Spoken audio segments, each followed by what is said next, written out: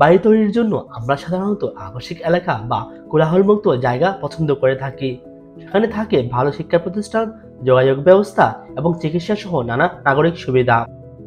তবে চাইনিজ নাগরিক Hwang ping সেটি করেছেন অদ্ভুত এক জায়গায়।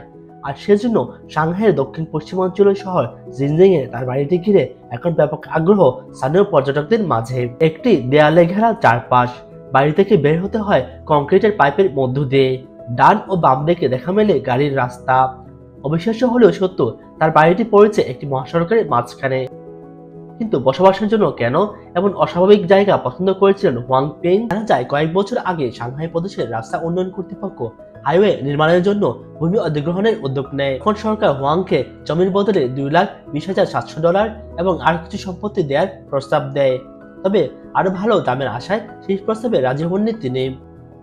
এদিকে সরকার তার জমির চারপাশে রাস্তা নির্মাণের সিদ্ধান্ত নেয়। শেষ পর্যন্ত অন্য মালিকরা তাদের জমি সরকারের কাছে বিক্রি করে দেয়। ফলে হুয়াং একটি মহাসড়কের মাঝখানে একাকী হয়ে পড়েন। বর্তমানে হুয়াং বেশিরভাগ সময় কাটাচ্ছেন মহাসড়কের সেই বাড়ির বাইরে। নির্মাণ শ্রমিকরা যখন সন্ধ্যায় ফিরে যায় তখনই বাড়ি ফেরেন।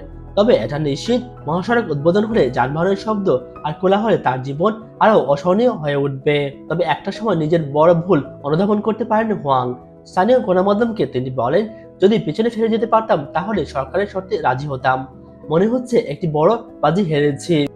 কয়েক বছর আগে হোয়াং পিং এর মতো একই কারণে আলোচনায় উঠে আসে গুয়াংডু প্রদেশের গুয়াংজু শহরের মিসেস লিয়াং এর নাম। গুয়াংজু শহরে দেখা মিলবে হাইজোং সেতুর। সেখানের একটি গর্তে দেখা যায় 40 বর্গমিটারের একতলা একটি ছোট টিনের ঘর।